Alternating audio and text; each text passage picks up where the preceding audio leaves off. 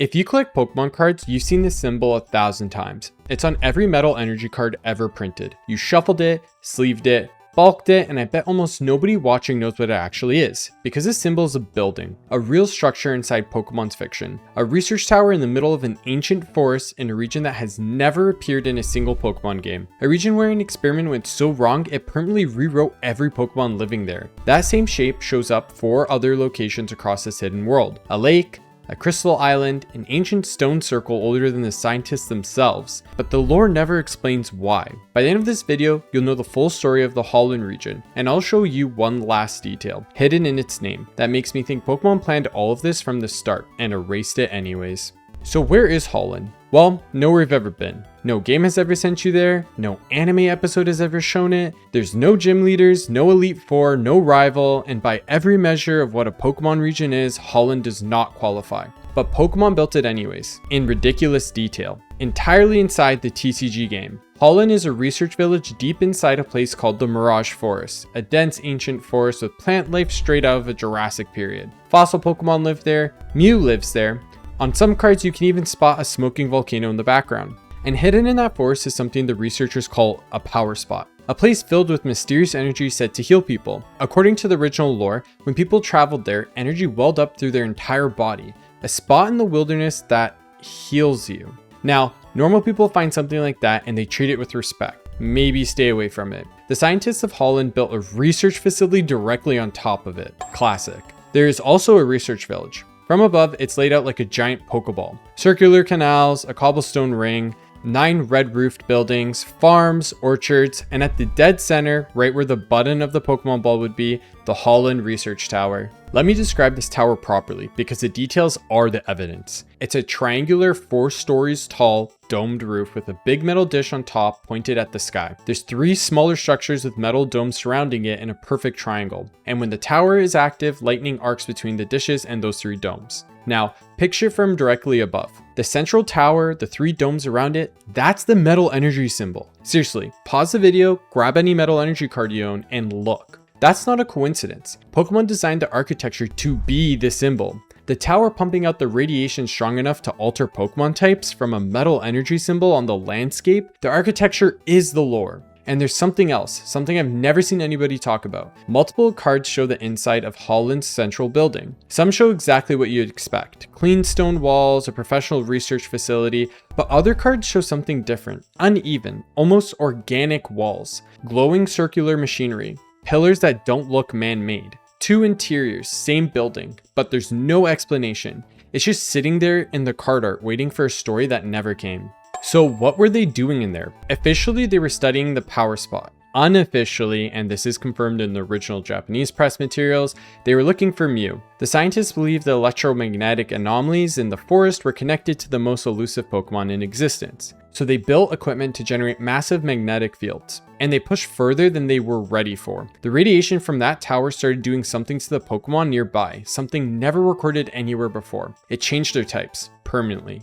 Not a temporary battle effect, biological rewrites. A Charmander fire type since 1996 became a lightning type. Fully evolved Pokemon gained a second type, metal. The researchers named them Delta species, after the Greek letter scientists used for change. But some Pokemon didn't just change. They absorbed so much of that energy that they became a source of it. In the actual card game, you can attach them to other Pokemon and use them as energy cards. The researchers called these Holon's Pokemon, a living creature that works as a battery because of what the tower did to it.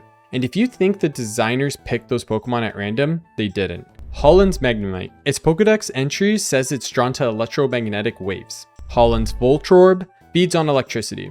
Holon's Cast Form, its cells change with its environment. Every Holon's Pokemon was chosen because its real Pokedex biology made it vulnerable to the tower. The lore goes that deep, but the tower was only the beginning. Because as the sets continued, the TCG kept revealing more of this world, and the Delta species were everywhere. Beyond the forest, a lake ringed by jagged blue mountains, described as the unknown lands beyond the labs of Holon. And in the middle of that lake, a structure. 3 stone pillars around a central sphere. When it's active, the sphere glows bright blue. No card ever explains what it does. Further out, a tropical island covered in glowing crystals, pink, pale blue, scattered across the beaches, mountains, caves.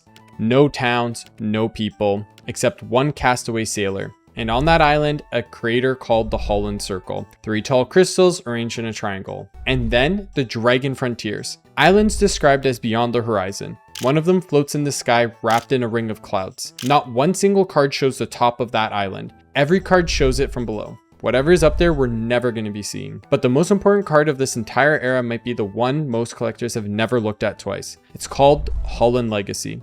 The art shows a small stone circle, and in Japanese, the card isn't called Holon Legacy. It's called Holon's Holy Site. The wording implies it's ancient, far older than the research village. So look at what we have now. 3 pillars around a sphere, 3 crystals in a crater, 3 stones around a stone, 3 domes around a tower.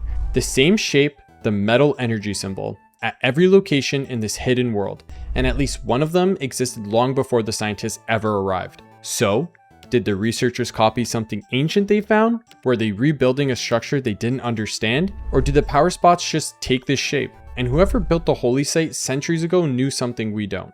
The lore never tells you, it just leaves the pieces on the table. 5 sets: EX Delta Species, Legend Maker, Holon Phantoms, Crystal Guardians, Dragon Frontiers, each one expanding the world, deepening a mystery nobody had finished telling. And then, in early 2007, nothing. Diamond and Pearl arrived, and the Holon region was gone. No final set, no resolution to the Muse storyline, no explanation of the ancient structures, no answer to what's on top of the floating island. Abandoned, all of it. Now, the practical answer is real. The mechanics got too complicated, cards that are both Pokemon and energy confused tournament judges, the wild type combinations created balance problems. From a game design standpoint, Delta Species was beautiful chaos, and chaos is hard to maintain. But sit with the creative side of this for a second. Somebody at Pokemon designed an ancient holy site that predates the scientists. Somebody decided the floating island would never be shown from above. Somebody drew 2 different interiors of the same building. Those are setups. The kind of details you place when you intend to pay them off. And they never did. They closed the book mid-sentence. The tower's still running in the fiction. The Delta Pokemon are still out there. Mew was never found. Nobody turned the lights off. They just stopped talking about it. Now let's bring this back to collecting, because this changes how you look at these cards. Delta Species cards are findable. Not cheap, but not locked behind vintage prices either. And when you collect them, you're not just getting a card with a weird type. You're getting a piece of a world Pokemon deliberately built, filled with intentional mystery and then quietly walked away from. Every Delta Species card is set somewhere in that world, and the art tells you where. Jurassic Foliage, Mirage Forest. Jagged Blue Mountains, Holon Lake. Glowing Crystals, the island. Red Mesa Cliffs, Dragon Frontiers. The art is geography. Once you know the world, your binder becomes a map. There's even a Gold Star Charizard from this era that's Dark type, the most iconic fire type in history, rewritten by the tower's radiation into something darker. A big chase card from the EX era, and it only exists because of this story. I think this is one of the most underappreciated eras in the hobby. Not the most valuable or the most iconic, just the most ambitious. Pokemon tried to build an entire world out of nothing but card art, mechanics, and flavor text. No games, no anime, just cards. And they almost pulled it off. At the start of the video, I promised you one final detail. Something hidden in the name itself. Here it is. Holon isn't a made-up Pokemon word. It comes from philosophy. A Holon is something that is simultaneously a complete whole and part of something larger. A cell is whole on its own and a part of a body. A chapter is complete and part of a book. Pokemon chose that name for a region that is an entire finished world, inside a larger world that would never be acknowledged. A whole thing, part of nothing. They named it after exactly what it was going to become. If you want to see what happens when collectors find meaning in cards everyone else ignores, watch my video on the Pikachu Illustrator next. It's the same energy of finding value where others didn't. And drop a comment. Did you have a Delta Species card as a kid? Did you have any idea there was a world behind them? The Holon region might be erased from the maps, but as long as these cards exist, the experiments are still running. See you in the next one.